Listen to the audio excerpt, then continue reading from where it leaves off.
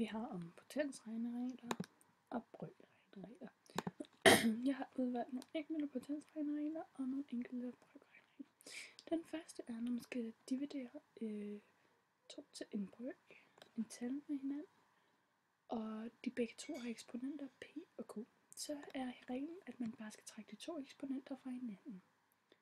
Og omvendt, hvis det er gange, så plusser man de to eksponenter med hinanden.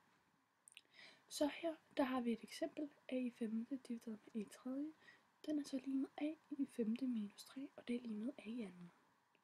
Og hvis, som sagt, hvis det er omvendt, så hedder det, hvis det er gange, så hedder det a i femte plus 3, og det vil så være a i syvende.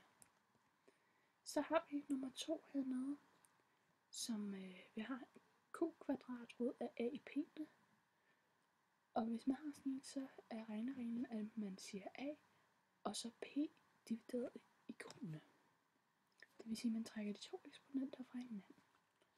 Og hvis vi tager et eksempel, 6. kvadratrod af a i anden er lige med a i 2 divideret med 6, og det er lige med a i tredje. Så har vi et sidste eksempel hernede med potensvækst, potensregneregler, hvor at vi har a i p'ene i parentesen, og så q i eksponent også. Sådan en regel for det er, at man siger a p gange q. Man ganger de to eksponenter med hinanden. Og så har vi et eksempel hernede, hvor vi siger a i anden i tredje. Det er så a i 2 gange 3. Det er lige med a i 6. Så har vi vores brøkregneregler. Der har jeg også taget 2.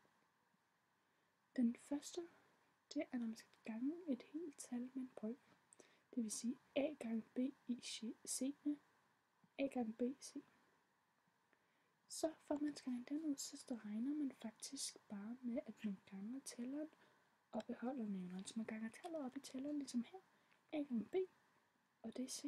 Og det vil så være lige med ab gange c, når vi kun har det en gang. Eller det med c.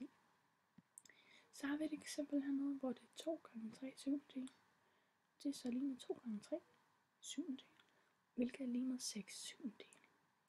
Så har vi en til hernede, hvor man siger en brøk divideret med et tal divideret med en brøk. Og det så tager man tallet for oven, altså tælleren i den oprindelige brøk, og ganger med nævneren, som også er en brøk. Det vil sige, at her a gange b og a gange 3. Det giver så ab tredje. Det var det.